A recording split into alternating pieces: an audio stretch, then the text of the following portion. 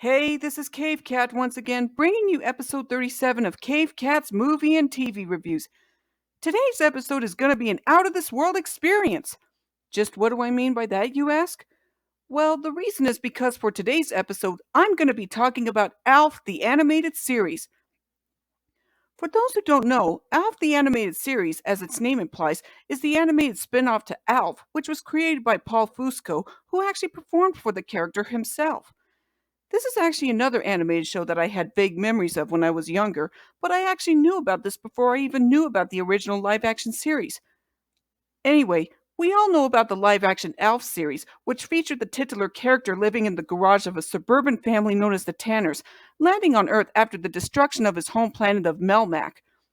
The series proved to be so popular that it spun off an animated series, which actually served as a prequel to the live action series, being that it showed what life was like for Alf, or rather his given name Gordon Shumway, back on Melmac before it was destroyed. Anyway, the animated series was produced by Deke Entertainment in association with Paul Fusco's company, Alien Productions. Paul came to the company and proposed his idea for an animated spin off prequel that would focus on Alf's life on his home planet prior to its destruction, and how he wasn't always named what he was when he landed on Earth. The reason was because Alf got his name from an acronym for alien life form when he met with the Tanners after landing on Earth. Then later on in the series, we learned that Alf's real name is actually Gordon Shumway prior to his arriving on Earth after Melmac exploded, and a lot of people were wondering what Melmac was like prior to its destruction. So this is where the history of the animated series comes in.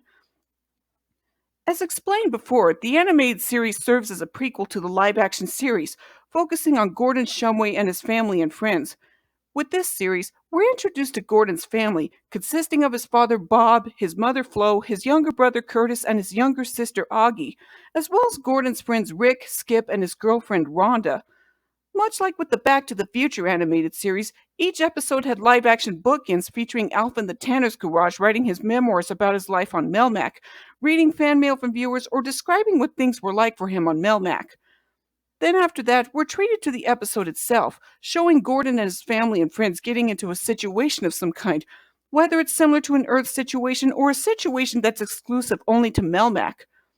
For example, there was an episode where Gordon found himself in a conspiracy similar to that of a James Bond spy adventure, even dealing with a villain who was similar to Blofeld, before receiving help from his brother Curtis along with Curtis's friends.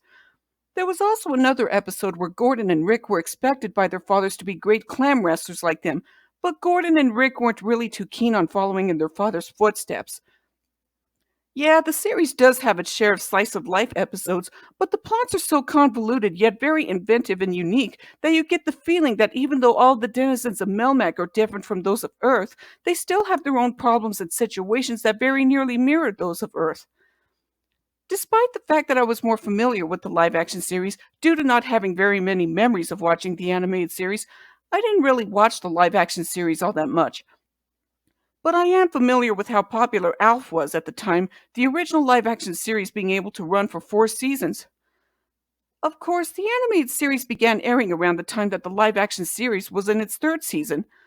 I actually watched a few episodes of the animated series a while back, and I must say that's actually a pretty decent spin off prequel to the live action Alf series.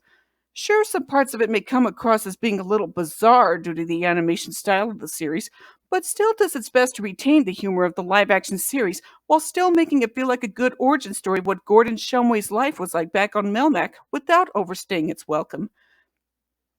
A lot of the other characters in the animated series, like Gordon's family and friends, are actually good characters that feel like that they really fit in with the series despite never appearing in the live action series. Though to be fair, they are aliens, and it probably would have cost too much of a budget to try and make more alien puppets for the live action show.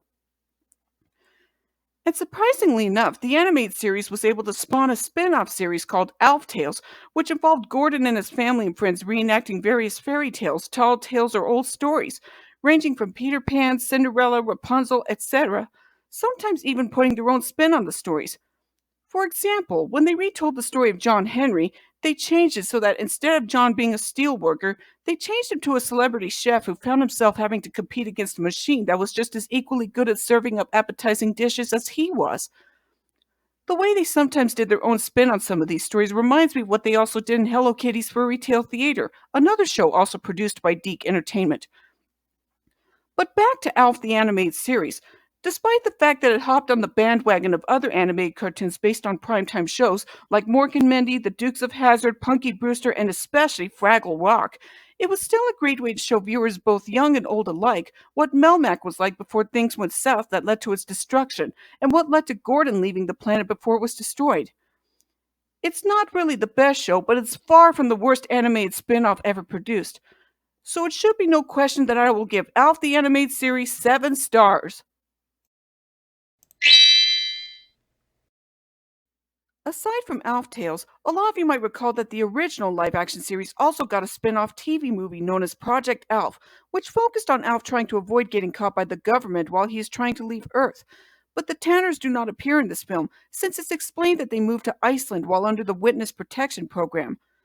I've not seen the film, but from what I heard, a lot of people weren't too keen on this film because they thought that it contradicted the actual finale of the live action series. At least the animated series was able to keep some things intact with the live action series, like the live action bookends with Alf, the fact that Gordon and his friends were members of the Melmacian Orbit Guard, and especially the fact that Gordon's species eats cats, which was evident in the live action series when Alf would often try to eat the Tanner family cat Lucky. But even though I didn't have very many memories of watching the animated series when I was younger, considering the fact that I was only 1 year old when the cartoon was released, I did manage to see the appeal when I watched a few episodes, being that it was meant to serve as a prequel to the live action series. And yes, while the animation of the series does look a little strange at times, it should be justified that it's a Deke production, since a lot of animated shows or specials produced by Deke back in the 80s and early 90s tend to have stiff and jerky animation at times. But that shouldn't keep me from enjoying the animated ALF series, no matter if it's good or not. But anyway, now that that's all been said and done, that wraps it up for this episode of Cave Cats Movie and TV Reviews. As always, don't forget to like and subscribe to my YouTube channel for more videos from me, whether they're more episodes or something else. So until next time, later!